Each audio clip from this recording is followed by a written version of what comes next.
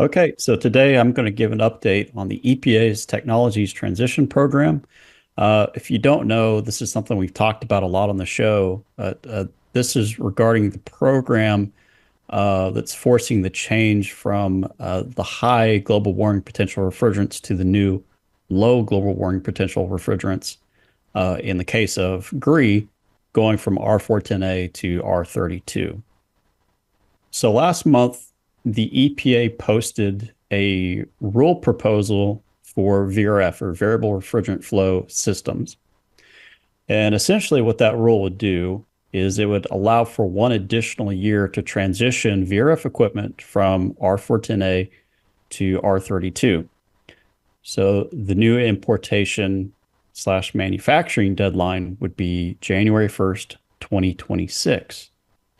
And this would also allow for R-410A VRF systems imported or manufactured before January 1st, 2026 to be installed up to January 1st, 2027.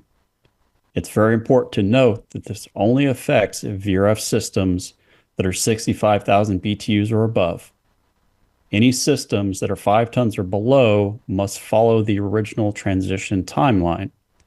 Of course, that timeline being there's an importation slash manufacturing deadline of January 1st, 2025, and you can install those systems up to January 1st, 2026.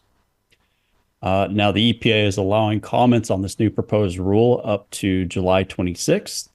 And after those comments close, they're going to do a final review, and then we would expect to see the final ruling published in late August.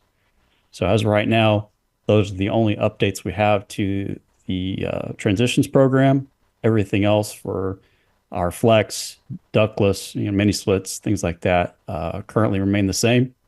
And all the other deadlines are still in place. That's all I have.